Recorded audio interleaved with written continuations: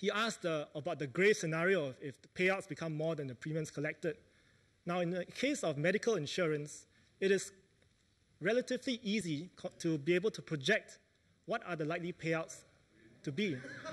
And compared to, let's say, earthquake insurance or something that has a much lower frequency compared to health insurance, where you're able to see the trend in the cost of medical expenses over the years and be able to project what the payouts should be. So the question is it comes to the point where, because of the miscalculations, we aim for a 90% or 80% medical loss ratio, but for some reason there's SARS that year or something like that happens, then we have a situation where the government would have to step in to subsidize a bit more of the cost, and the premiums can rise behind the increase in costs, not before you know that the costs are going to increase, then you raise the premiums.